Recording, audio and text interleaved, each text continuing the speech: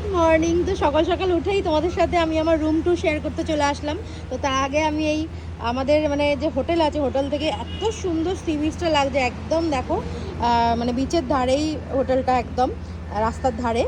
তো ভীষণ সুন্দর লাগছে। এখন যদিও বেশি সকাল নয়, অনেকটা বেলা হয়ে গেছে, এখন প্রায় 9টা বাজতে যায়।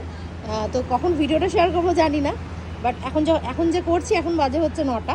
তো দেখে নাও, এবার তোমাদেরকে রুমটা শেয়ার করছি। ফার্স্টে আমি আমার বাবা মার রুমটা শেয়ার করে নিই।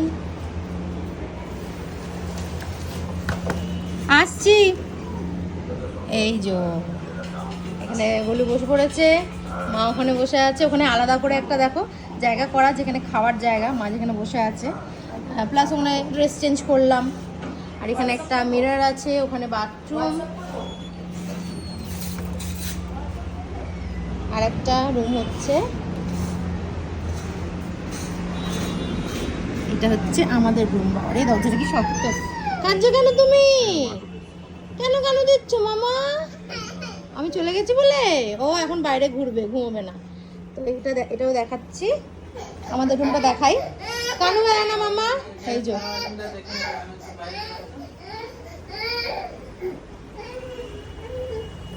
তো এটা হচ্ছে বাথরুম। বাথরুম ছোটোর মধ্যেই।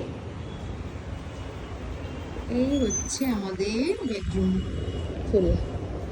এই যে এটা আলাদা করে, যে এই যে একটা আলাদা করে দেওয়া, এটা আমার ভীষণ ভালো লাগলো।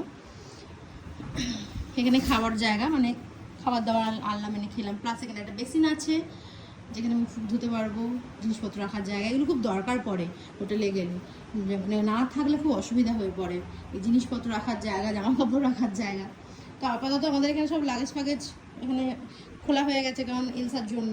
তো এখানে একটা কম্বল দেওয়া ছিল, দুখানা টাওয়েল দেওয়া ছিল, তো সেগুলো তুলে দিয়েছি ফার্স্টেই এসে। তো কেমন লাগলো আমাদের রুম ট্যুর, তোমরা কিন্তু অবশ্যই বলো।